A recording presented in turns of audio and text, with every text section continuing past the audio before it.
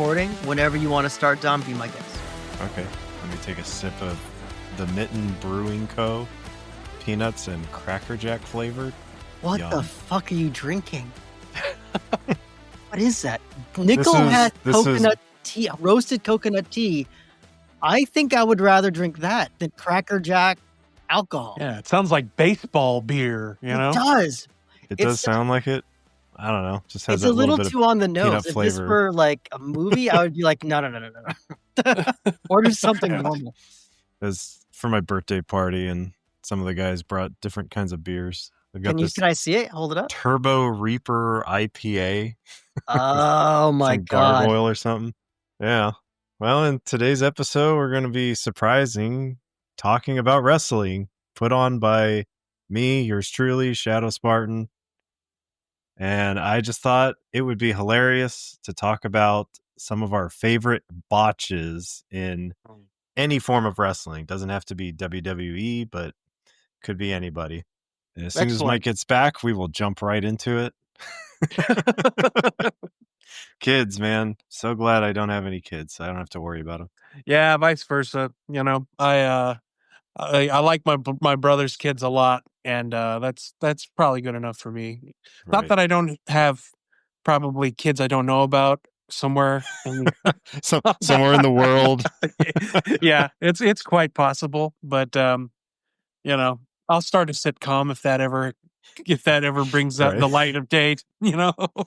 I remember, what was it? My uncle who lived in Alaska for years or something. He came to visit, and we did a search or something of some lost family member or something. And a bunch of divorced wives were popping up on his profile or something.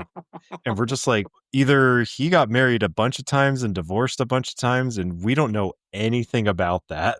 But somehow it was popping up in his system. It was damn, he was a busy guy, ladies man. But yeah, I gave a nice little intro, Mike, and we were just waiting for you to come back. And now that he's distracted again, as kids do. Yeah. But let's see, Brett, or I should say, do you watch any NXT at all? I do not watch any NXT that much these days. Yeah. Okay. I haven't really watched that much since Shawn Michaels took over. And that's not a knock on Shawn Michaels. It's just I think it kind of got rebranded weird, and then I just kind of I stopped watching too much to where now I don't know who anybody is except for The Rock's daughter, and then the people that have come over from AEW, like Ricky Starks and Evan, what's his name? Evan, he used to be in AEW as well. I think he's the NXT champion right now, or he was the NXT champion. Evan something. Mike would know. I'm sure you would know, but yeah. But did you hear about their recent controversy with their pay-per-view? No, I did not. Okay, so I thought we'd start this whole Botchamania type thing off with NXT. I guess we could say this is the most recent, and you could say high profile botch. So I guess they had an upcoming, or I guess it was last month, was their pay-per-view. Originally they named it Invasion, and it was going to happen on October 7th. Do you happen to know what happened on October 7th? A couple of years ago. Oh, yes. It's the indie version of 9/11. Oh, no. You're kind of close? Close in terms of on October 7th were a series of attacks, coordinated attacks, armed incursions from the Gaza Strip back in 2023, and they happened on October 7th. Gotcha. Oh, so, that's no good. So, yeah, kind of really bad for NXT to name it Invasion. Oh, thank coming God. October 7th.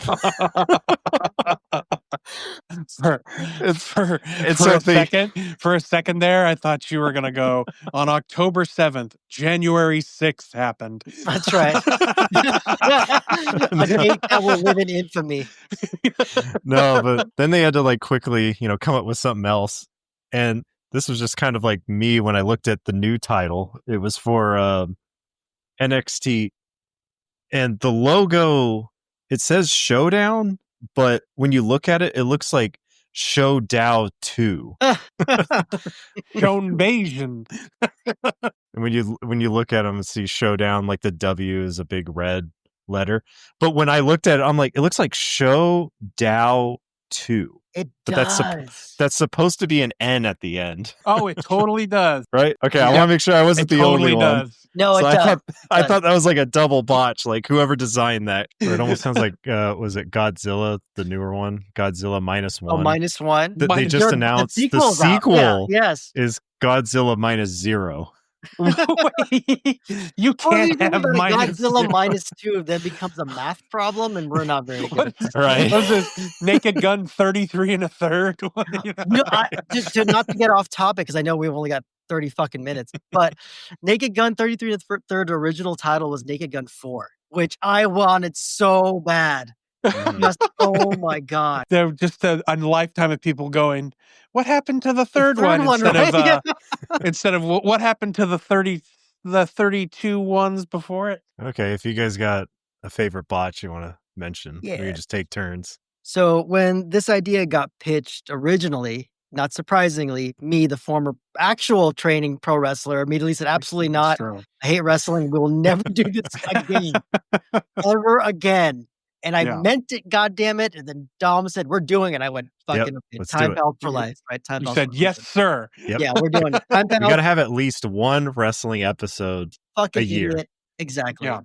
Exactly. So I don't really like to talk about botches in general because, like, when I'm doing matches and stuff like that, like small miscues and mistakes happen all the time. So usually they get moved on, and then like the only people who really care about the small stuff are marks. But there's always going to be like absolute shit show moments that become infamous.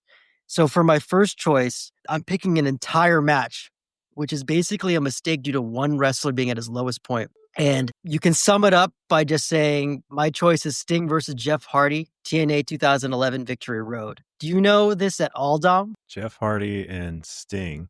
I think I know which one you're talking about. It was very famous for a hot minute, but essentially, Bortman and I, being experts, I know, know the history of Jeff Hardy and Sting.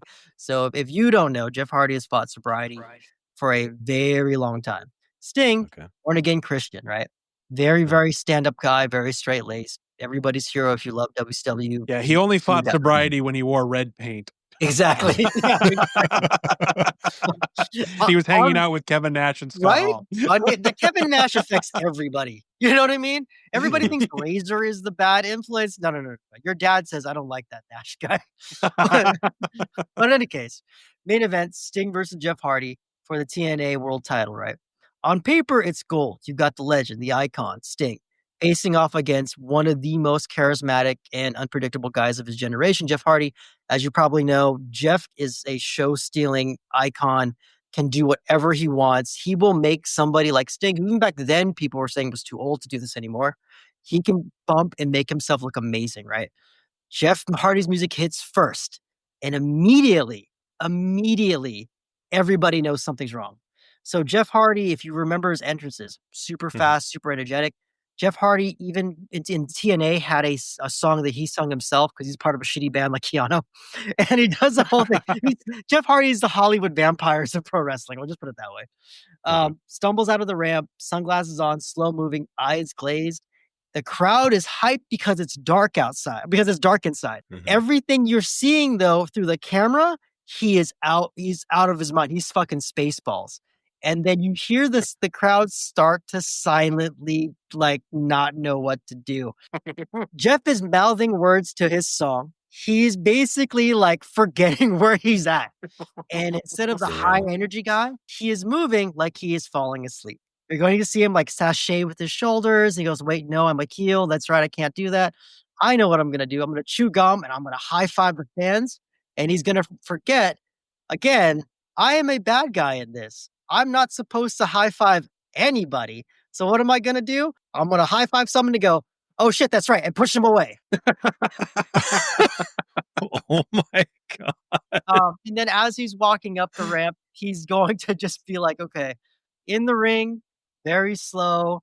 He is on a bunch of painkillers. He's on, you name it, man. All these depressants. He can barely make it to the ring.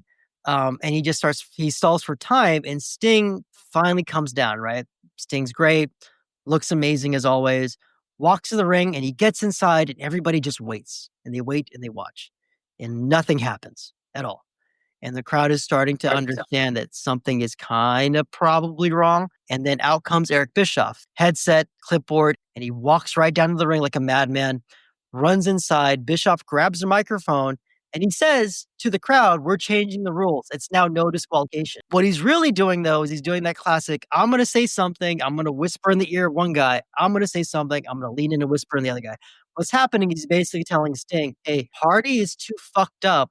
You're going to die if we let this shit go down. Cameras can't hide it. Fans can see everything. Bell rings. Go ahead. It's just that obvious that he's just like... And it's not like Sting didn't know. You could tell by the look on Sting's face the whole time that Sting knows. Sting knows. Sting knows, and I have a feeling that he probably thinks, well, maybe we can get a match going. And once Eric gets in there, he's like, oh, no, we're done. You have no clue. Eric told him. Yeah, we are done. And basically, he did the classic, like, you're going to pin him for real. You know what I mean? Sting looks heartbroken. Hardy takes off his shirt, still staggering, and then Sting goes for one Scorpion death drop. Sting covers him. You can see Sting hold Hardy down as hard as he can. Sting's a big-ass guy. So he can't kick out. Can't kick out. And Hardy was trying to, too. Hardy is trying his hardest. He's the turtle on his back with the little legs flailing. You can tell he's trying his best. No clue where he is.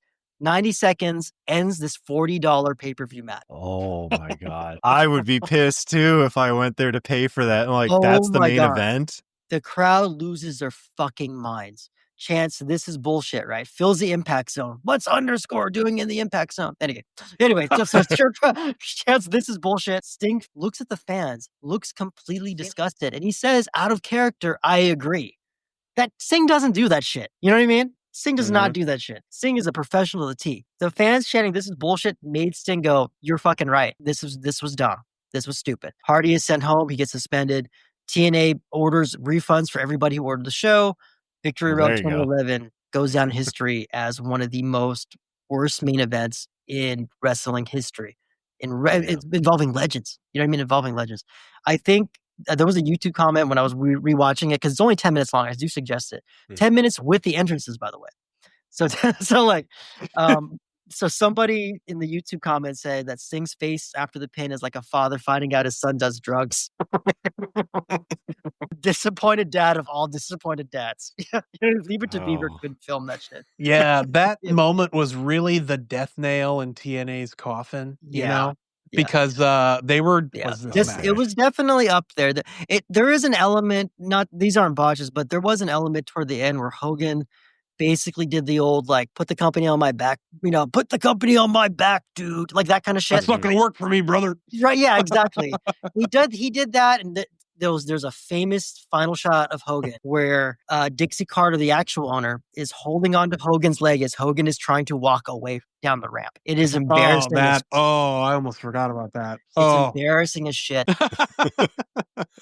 That's great. You got another one for us, Brett? I sure do. I'm gonna go with the classic. So me and Mikey were talking about just plain botches. I mean, it's hard to like make a big story on just botches, which is why he kind of went with the Hardy botch match. So I'm going with a botched angle, probably one of the more popular botched angles of all time, which is the gobbledygooker. Yes. Do you remember the gobbledygooker? Oh, Dom is young.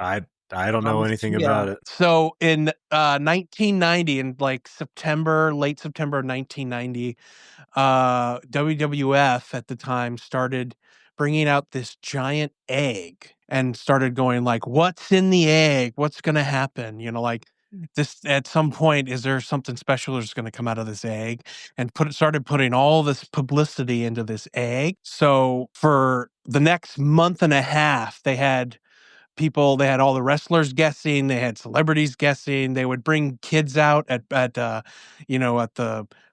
Sunday Superstars, TV tapings and be like, what do you think's in there? You got kids like, I think it's Mickey, and I guess like it got really within the backstage was like people were even like going big names, like I guess Pat Patterson, who was a Hall of Fame wrestler. I think was Pat Patterson the first Intercontinental Champion, Mike? right? Yeah, I think so. Yeah, so even Pat Patterson said, like, Vince was keeping it secret from everyone. So Pat Patterson is on record going, I thought it was going to be Ric Flair, because Ric Flair hadn't debuted in WWF yet, and he had just left. King Kong Bundy was one of the big guesses too. Yep. So there was a lot of speculation going on. Then the big, should I say what hatched the egg, or should I say the big rumor? Say the rumor first. So the big rumor is The Undertaker. This is before he was The Undertaker. Mark Calloway, who just got fired from quit WCW as Mean Mark Callis. So he had just left, and he had just had an appointment with Vince McMahon, who says, "Yeah, we've got a character for you. We just have to, iron out the details, and I'll call you." So I guess Undertaker, is at home going like, "What's my character going to be?" And he starts seeing this egg, and I guess there's a rumor that got to Undertaker that he was going to be the Eggman. They like Sonic the Hedgehog, pre-Sonic the Hedgehog. But they said, like, I think this rumor, I don't know how this rumor got to him, through Bruce Pritchard or Paul Heyman or something, that they were going to make him shave his head and shave his eyebrows off, and he was going to be the Eggman. And I think Mick Foley summed it up best. Mick Foley's theory is that they saw him and said, we can't make this guy an Eggman. He can be something else. Like, we can do better than Eggman. And so Vince McMahon had the Undertaker character already, and he had been kind of tooling with it, and went, you know what, never mind. This guy, I think, would be better. I think this guy could be my Undertaker, So the theory is that they had this Eggman character for Mark Calloway, but they scrapped it when they started talking with him, and that what came out of the egg was just a filler for the original idea they had. That's one of the theories. It's like they were like, well, fuck, what are we going to do with this egg now that we're not doing the Eggman anymore? So they filled it with this thing that hatched instead. So that's one theory. But I'll go ahead and I'll just tell you what happened. So at Survivor Series 1990 in November, so the egg starts to crack at the start of the pay-per-view, and then by 2 or 3 matches in, it starts to crack all the way, and so Mean Gene goes out there and he goes, "I think the egg is gonna blow," and the egg cracks open, and out from the egg jumps a giant turkey. It's a man in a giant turkey costume.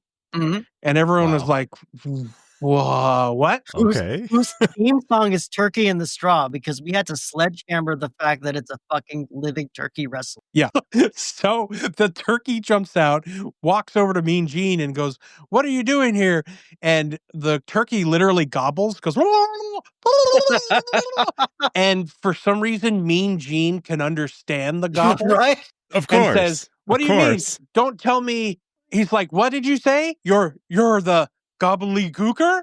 Oh my God. Picture Chewbacca in Star Wars. That's Right. exactly how the level of I understand you. So then the gobbledygooker and Mean Gene Okerlund go to the ring and start crisscrossing with each other, crisscrossing the ropes and doing flips and stuff. And it's one of the biggest botch characters of all time, because it's like nobody really gave a shit from the get-go. I think the audience kind of went like, the kids in the audience were like, "Oh, that's kind of cool." And then it really just died right there. The funny thing is, the person in the gobbledygooker suit was actually Hector Guerrero, who's Eddie Guerrero's brother.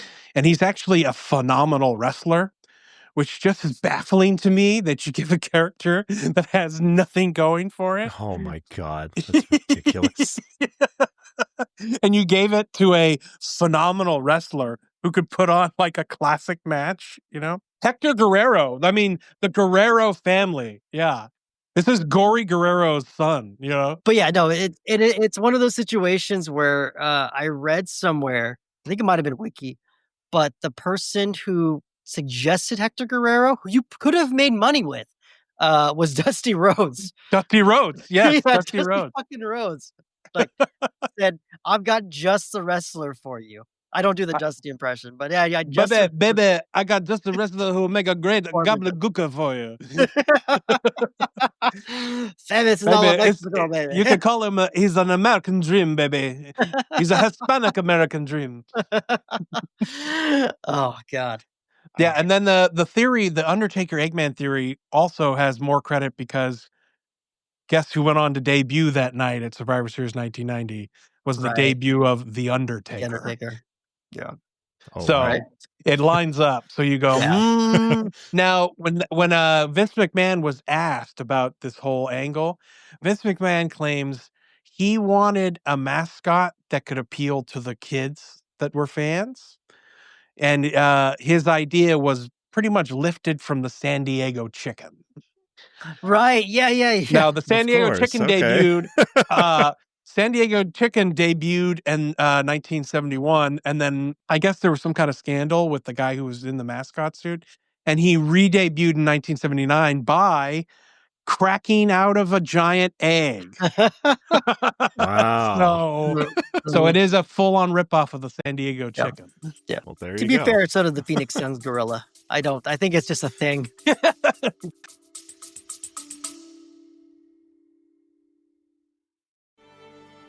The 1990s. If you're a Gen X or even a Zennial, the music raised us. Join me, Naomi Carmack, on a trip back to visit your favorite artists of the decade on the Dope Nostalgia podcast. I talk with the hitmakers and discuss their biggest hits and catch up on where they are now. We also talk about the big stars with friends and experts. Dope Nostalgia. Listen today on Spotify, Apple Music, or wherever podcasts are served. How the Gobbledygooker ended was that at Madison Square Garden, Gobbledygooker had a match. He went out first, and was their idea to like put all the lights out in the Madison Square Garden and shine one big light on the Gobbledygooker as he was going to the ring. And I guess the only way that Hector Guerrero could see out of the mask were two tiny eye holes right in the front of the eyeballs. And now the holes were blinded by this one light that was shining him in the eye. So he literally could not. So he said he had to keep putting his hands on the ground to know which direction he was walking. Oh, I feel bad for the guy now. Yeah, and then he said he ripped his shin going up the steps on the steel steps, and then when he went to flip into the ring, he couldn't tell where he was, and he fell right on his ass when he flipped into the ring.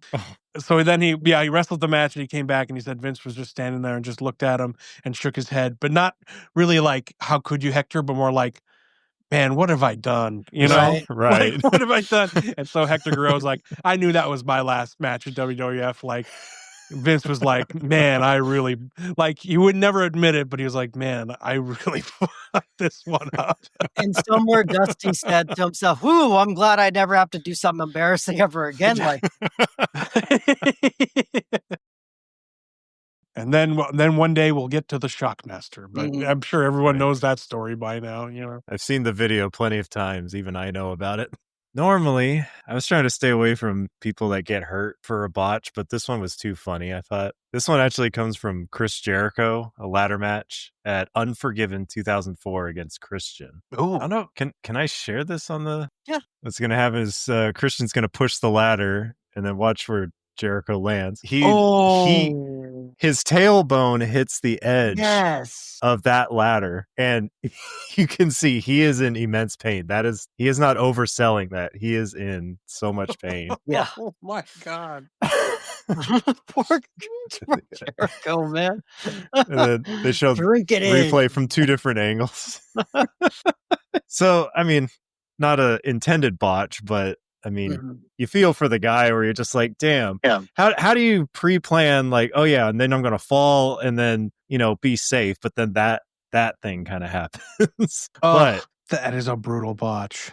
So I wanted to bring this up because specifically Botchamania, shout out to Matthew. I love Botchamania. Hopefully, he happens to find this channel or someone could share it to him. So if we could be featured in his next video. Hello, Matthew. So I wanted to mention it because the episode that he had this on, I forget who it was reading from Chris Jericho's book on this botch. In his book, he actually described that, or how he described the pain was like getting raped by RoboCop. More or less, that's all you need to think of it. But I think the best part is after the match, when he went to go see a doctor to get it checked out, he asked the doctor, like, what could you do for me, to help with this? And the doctor just put his arms up and just said, "What do you want me to do? Put a cast on it?" Yes. Basically, the doctor's like, nothing can do about it. Just got to give it time to heal. Yeah, right. Damn. Actually, a really funny match botch with Jericho. My favorite is the one where what's his name? Neville. What's his name? Pac. Yeah. Is that his name in AEW or wherever he is now? Is when man Adrian who Neville gravity broke his ankle in the Yes. middle of a match, Well, that and was a the great referee job of didn't Jericho. realize it. So, and Jericho's like, so he goes to Neville's like, "Are you all right?" He's like, "No, man, I think I just broke my ankle." So he gets up and tells the referee, like, "You need to call the match off." And the referee's like, "What? I'm not going to do that," because he thinks Jericho's still playing the heel character. So he's like, "No, man, he's hurt. You need to call the match off." And he's like, "No, man." He's like, "No, you got to do." And he goes, I realized he's not understanding me. So I decided I'm just going to try to get myself disqualified on purpose. So I pushed him and said, "Fuck you." And to my surprise, the referee, I forgot his name, pushed me back and said, "Fuck you." And so I pushed him again. And you could see it. There's a clip of it, of them just pushing each other over and over again, going, "Fuck you, fuck you, Well, fuck poor you." Adrian Neville is just laying there going like, my ankle is fucking broken. They're pushing each other. Fuck you, fuck Somebody you. end fuck this you. match somehow. Okay, so I know I'll have to somehow edit this to 45 fucking minutes. This is what happens. You get me and Brett talking about wrestling. Right. Oh, Just Like I digressing said, on everything. The nerdgasm. worst. It's the worst. In any case, that's why I was glad Boosh and John aren't in this, because can you imagine more opinion? Right. In any case, I only want to hear our own. So to preface this one, sometimes a botch will make a moment better or a match more interesting, right? Mankind going through the Hell in a Cell cage wasn't planned. People think it's planned, but it wasn't. The part where he gets thrown off the cell, planned. The part where he goes through the middle of the fucking thing, Well, I guess the plan was to break through it. not like that. No, not like that. Well, that's the part where people go, "Well, no, it broke too easy," and Yeah. they're right, because They're it was right. supposed to. I guess Taker was supposed to choke slam him, and it was supposed to give a little bit, and then give a little bit more, and give a little bit more. But instead, it just went ping on the first hit. Basically, Mick Foley has been broken in half. Can somebody stop the damn match? Right? Yeah, exactly. There's so many stories me and Brett could just say about that one, but we're not. We'll wrap that one up. So Great Suzuki and Liger had a really fun one too, where Liger during this match sarcastically applauds a legitimate slip from the middle rope by Great Suzuki. Suzuki, shout if you don't know, phenomenal wrestler, phenomenal cruiserweight.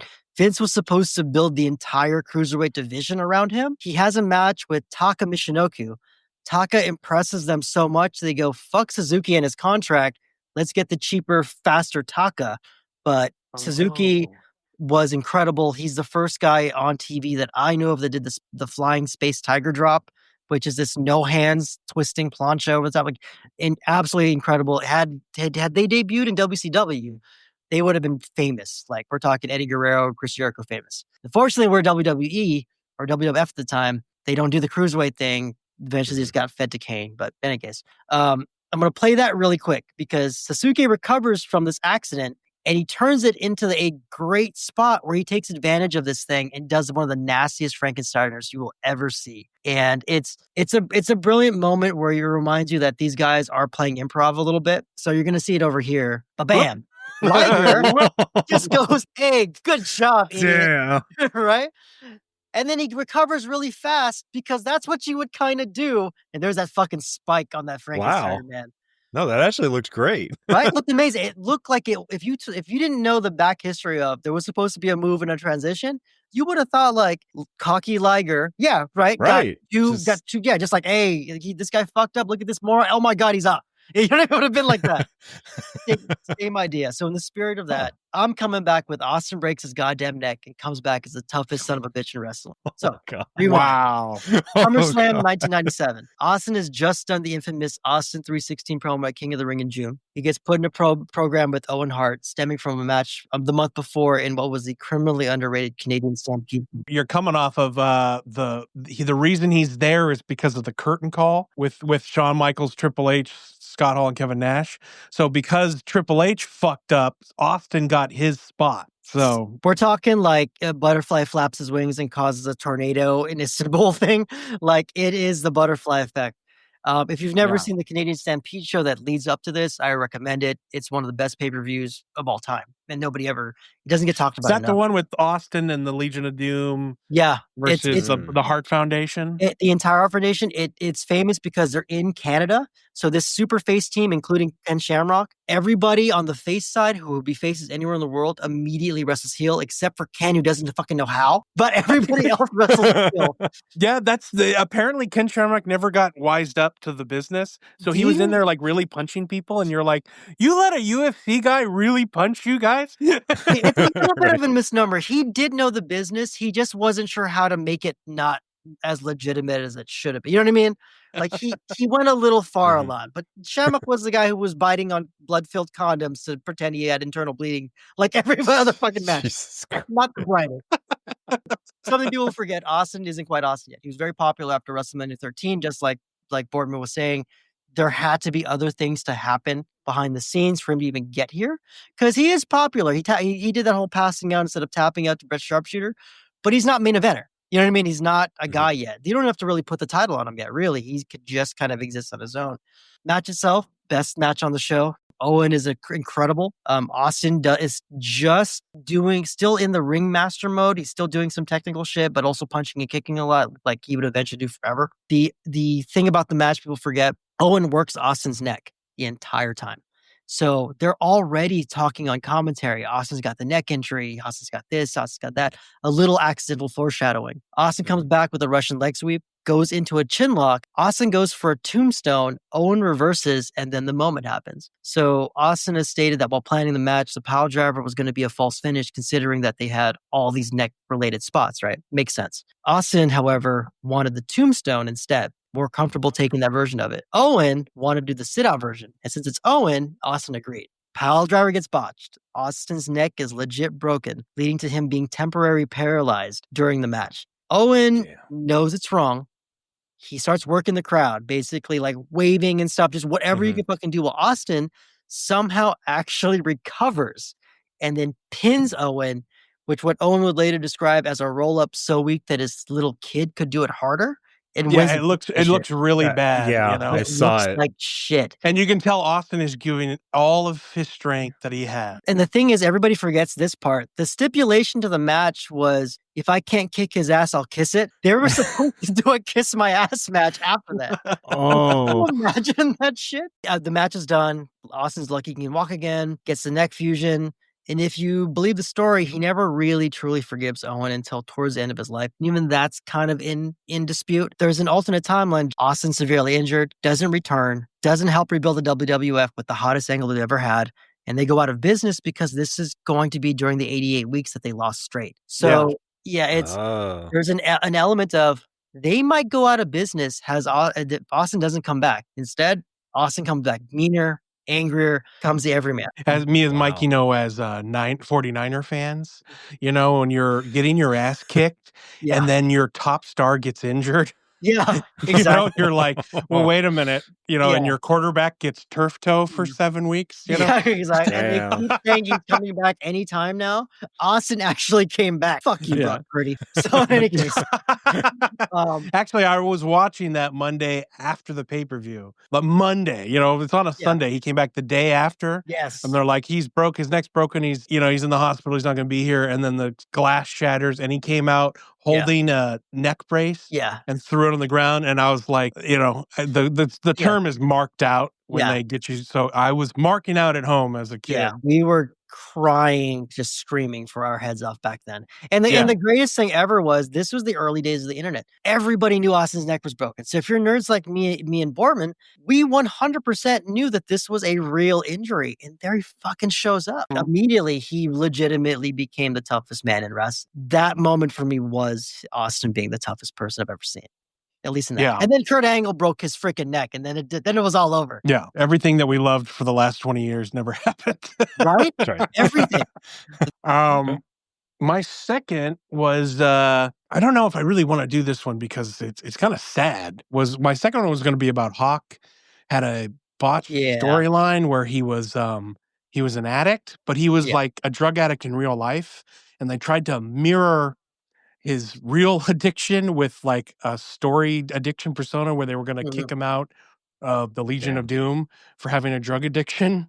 And I was like, nah, I don't, that's not really that fun. It was actually really sad for me to watch, especially being a huge Legion of Doom fan. Orman was the bigger Legion of Doom fan, for sure.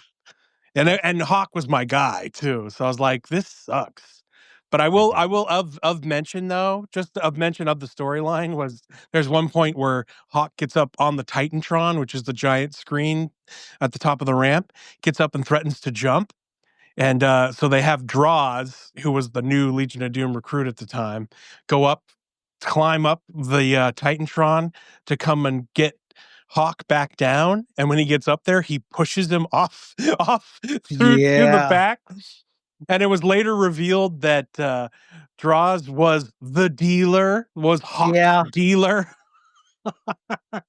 Before the storyline was. But anyway, what I'd rather talk about, because we're talking about botches, my favorite entrance botch was Undertaker. Yes. Oh my God. Yes. He's on fire. The fire one. Actually, I wasn't going to say the fire one, but we can talk about the fire one too. My favorite, the fire one is pretty awesome. Yeah, actually, now I'm wishing I said that one instead. But what I was going to talk about was when he had this giant coat with a hood that he came out to like WrestleMania 17 or no, it wasn't 17. It was WrestleMania 8. You know, it was when he fought Triple H in Hell in the Cell. So he came out with this big coat, and he had just shaved all his hair off. So I guess something happened. So he wore the coat on Raw the next night, but I guess he had freshly just shaved his head, like even more. So when he went to take the hood off, the hood got stuck in his hood got stuck, and then his arm got stuck when he tried to take his arm and take the hood off, and he ended up getting completely twisted in the coat, and he couldn't get out of it. What? So you know the part where he like takes his hat off and then the lightning goes and he does the eye thing, you know? So that moment, instead of doing the eye thing, it's him going, fuck my hood, oh no, my arm is stuck, I can't. So Baker became us when we walk into a spider web. Just and you can see him pulling. Oh, I see. And you can Okay, see the look I on his found face it. like, I'm the dead man. I'm supposed to be serious. This is not going well. And I guess he's shaking his head like, get off my head. And then the best part, in Taker's own words, he said, because he was tagging with Kane. He said, I looked over at Kane, like, help, you have to help me. And all Kane did was look at him, and you can see it on screen. He actually says it. Kane just looked at me and went, oh shit. And I was like, thanks, brother. Thanks for all your help. And I guess so the next day, they're at the TV taping before everyone got there. So Vince McMahon, Vince McMahon is the only one that gets away with pranking Undertaker. So he put a Titantron up, and he said, ladies and gentlemen, The Undertaker in his gravest match yet, Undertaker versus the coat. And then they played the footage of him fighting with the coat. Oh my God. I did you mention, Dom, before we wrap up, just so I can get it out there, that you made a song for Bortman? I didn't even, did you? I wasn't here for the beginning. I did post it in Discord under did you? music. Yeah. Okay. So did you hear it already? The best version of it. Okay. Yeah. So this is it. I want to hear it. Yeah.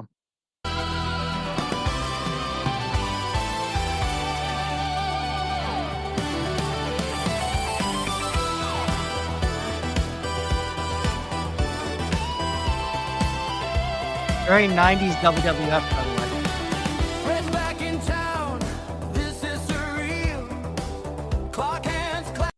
Okay, that's all you get. So like the rest at the end, that's all I can fucking take. Okay, that's amazing. That's it. Yeah, It's incredible. I'm glad. I'm surprised you got 30 seconds out of underscore there. So no, I was waiting for this. I had to shave off the first 5 because I'm like, well, I don't know. This is a long song. It's got 2 verses and a chorus. Dom, I will listen to it when this episode concludes, sir. Okay. And I will love it. We'll play it at the end. This one last story, just Okay, because I go want to ahead. give my best Cody Rhodes in. Yes, I like Cody Rhodes. Or I should say, he was impersonating Ted DiBiase. If you guys know what I'm talking about. Oh yes, Yes, I do. Ted DiBiase Jr. By the way. Yes, Cody Rhodes 6-man tag match on SmackDown.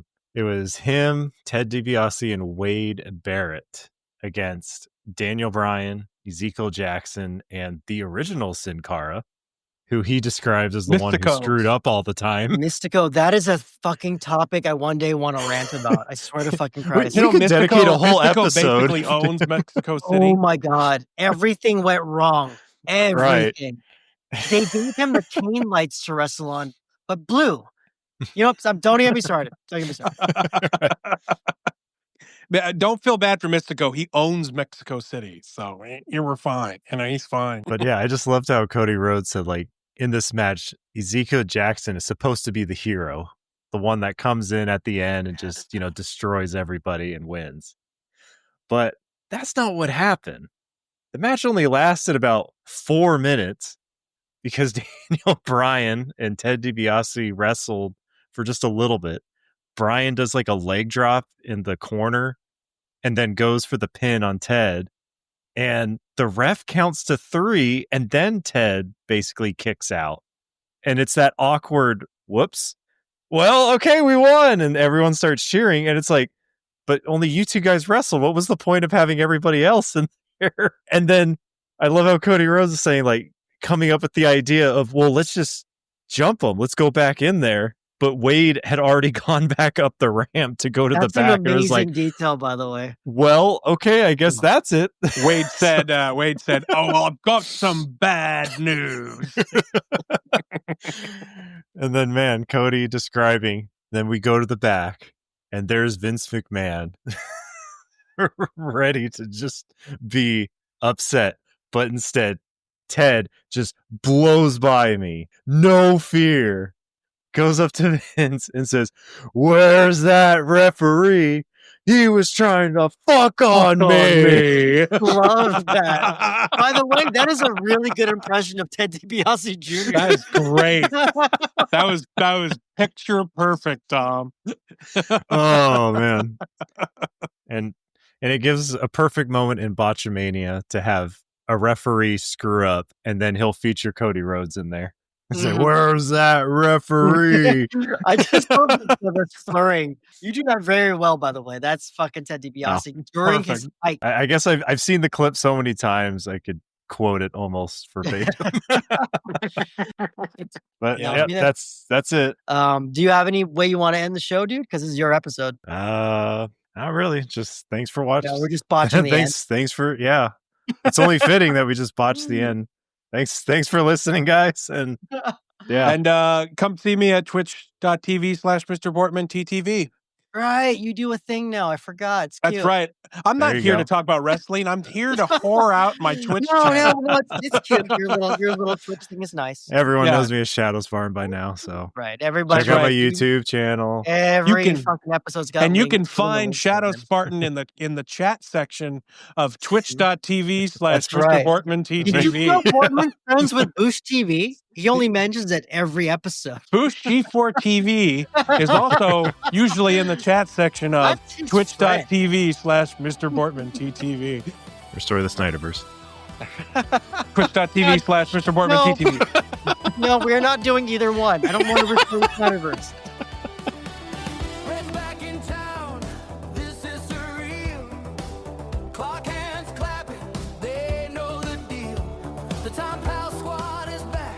For another ordeal, we all thought he was dead, but the